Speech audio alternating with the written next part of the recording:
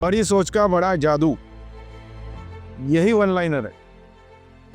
यानी हम जितनी भी बात कर रहे हैं ये सब चीज लिंक है एक चीज से, वो है हम कितना बड़ा सोच रहे हैं। इससे ज्यादा कुछ नहीं है, बाकी सब है, आपने जितना भी बोला सब है, लेकिन जो सबसे इंपॉर्टेंट ये शुरुआत है। हम किस दिशा में जाएंगे? हम उस दिशा में जाएंगे जिस दिशा में हमारी सोच जाती है। ऐसा होता है क्या कि आप सोच रहे हैं कि मेरे को मुंबई जाना है लेकिन पहुंच गए अहमदाबाद? ऐसा होता है क्या? मेरी सोच इधर जा रही है और मैं इधर जा। सोच, मेरे सोच में क्या रहना चाहिए? लक्ष्य, मेरे ड्रीम्स, मेरी चाहत, मेरे डिजायर, मेरे वांट्स, वो उसमें रहेगा तो उससे बनेगी सोच। वो हो गया आपका इंटेंट, उससे बनेगी सोच। सोच के डायरेक्शन में हम दौड़ेंगे। सो बड़ी सोच। अब हम ये समझते हैं कि हम बड़ा सोच क्यों नहीं पाते।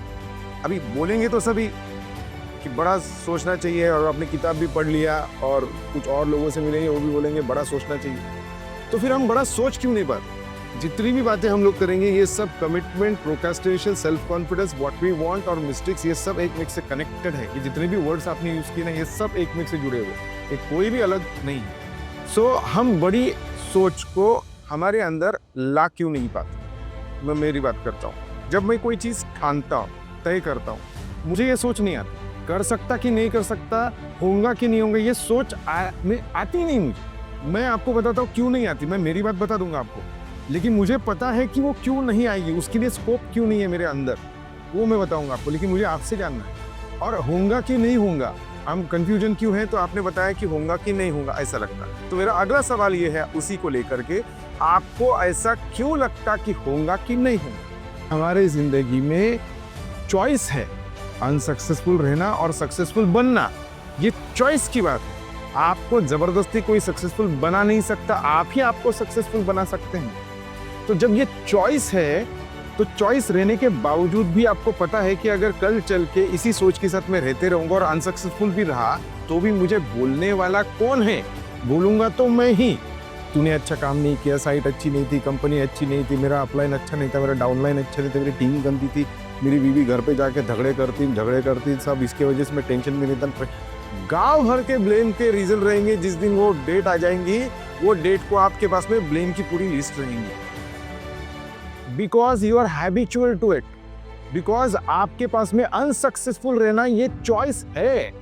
अब मैं ये एक्चुअली ये जो शब्द बोल रहा हूँ इसको समझ रहे क्या? अनसक्सेसफुल, आप बोलेंगे ये उल्टा, ऐसा कैसे क्या बोल रहे हैं, हमको तो अनसक्सेसफुल रहना ही नहीं है, आप ऐसा बोलेंगे।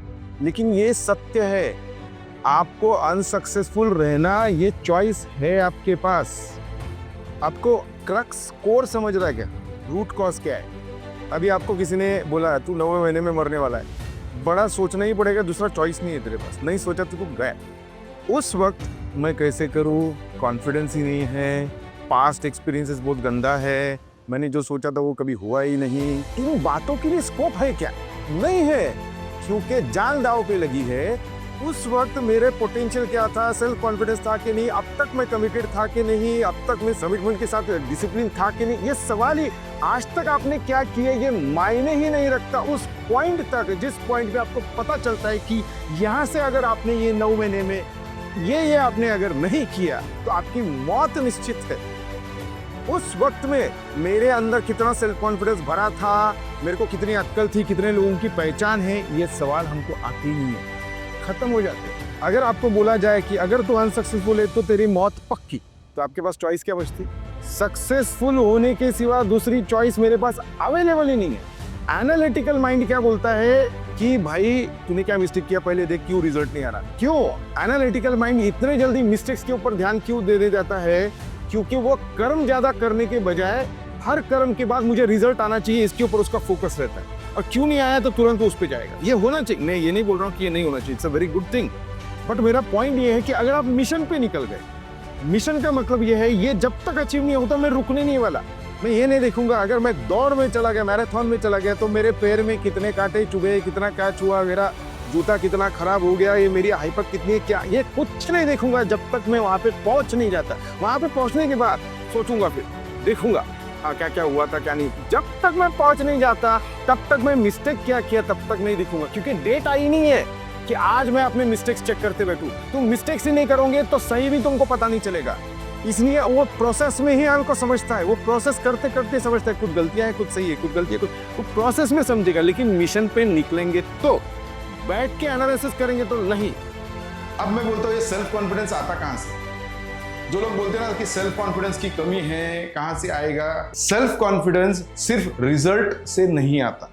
बहुत स्ट्रॉन्ग और जबरदस्त सेल्फ कॉन्फिडेंस कुछ रिजल्ट से तो आता है, क्योंकि वो टेस्ट देता है अपने को। लेकिन बहुत ज्यादा स्ट्रॉन्ग सेल्फ कॉन्फिडेंस वहां से आता है कि जब आदमी कांस्टेंट कर्म कर रहा है, उसको फिर भी रिजल्ट नहीं आ रहा है और फिर भी वो अपने कर्म को रोक नहीं रहा है, तब जो कॉन्फिडेंस आता है ना, वो इसका बाप रहता है। रिजल्ट आने वाले कॉन्फिडेंस से ज्यादा स्ट्रॉन्ग, ऑथेंटिक, डेप्थ और पावरफुल जो कॉन्फिडेंस है, वो उस चीज से आता है, मुझे कोई चीज रोक नहीं सकती, इवन रिजल्ट भी मुझे रोक नहीं सकती। यानी मुझे रिजल्ट नहीं आया, वो भी चीज भी मुझे मेरे कर्म करने से रोक नहीं सकती।